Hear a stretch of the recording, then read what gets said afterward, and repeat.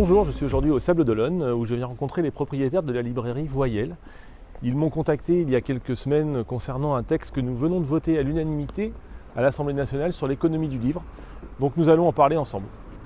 Bonjour, bienvenue. Merci beaucoup, merci de me recevoir dans votre belle librairie. Est-ce que vous pouvez en quelques mots nous raconter votre histoire, votre parcours? On s'est installé en Vendée, on est devenu libraire avec mes deux amis qui avions vraiment un projet commun. La librairie existe ici depuis le début des années 90, nous on l'a reprise en 2005, une librairie spécialisée jeunesse.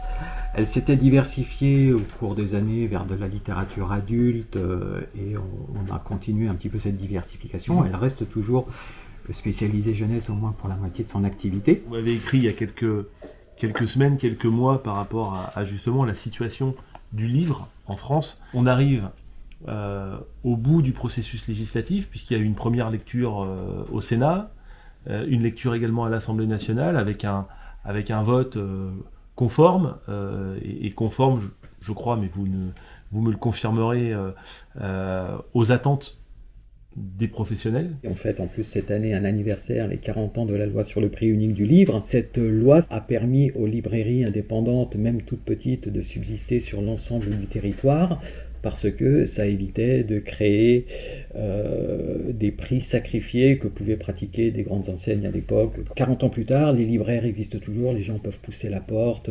Le problème, c'est que lorsque, à la fin des années 90 et au début des années 2000, des grandes enseignes de vente par correspondance œuvrant sur Internet ont débarqué, elles ont utilisé de toutes les ressources qui étaient à leur disposition pour essayer de pénétrer le marché et de le pénétrer le plus loin possible.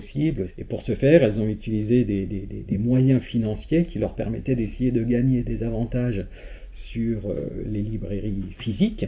Et ce moyen le plus important, ça a été d'offrir la gratuité sur l'expédition des frais de port lorsque vous achetez des livres. Donc il y a quelques années, après pas mal de batailles, le syndicat de la librairie française a réussi à obtenir une première avancée significative en interdisant la gratuité des frais de port.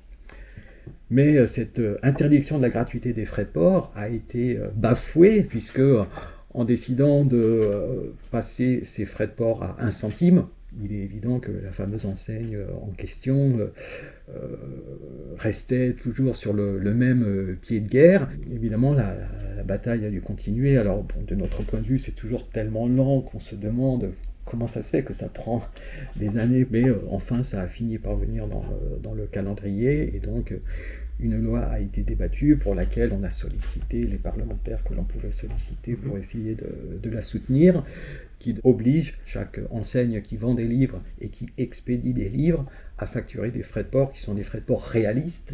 A priori, bon, c'est pas trop mal parti puisque à l'Assemblée nationale, le texte a été adopté. Et ce qui m'a surtout touché, moi, c'est que c'est à l'unanimité. Et cette unanimité, elle dit quelque chose sur l'intérêt que l'on porte à notre système, à cet écosystème du livre. Vous avez raison de souligner le caractère unanime du vote. Il faut le dire, il faut le souligner parce que c'est rare. Il nous reste maintenant à publier, alors pas nous en tant que législateurs, mais il faut que les décrets qui y sont associés soient publiés le plus rapidement possible pour qu'elles puissent être mises en application. Merci. Comme vous dites, il faut mettre les actes en rapport avec les paroles ou les bonnes intentions. Donc on est au milieu du gué, il faudra aller jusqu'au bout. Absolument. Vous pouvez compter sur moi en tous les cas et sur ma détermination pour que tout ça voit le jour le plus vite possible. Merci beaucoup et à très bientôt et bonne continuation à vous. Merci. Au revoir.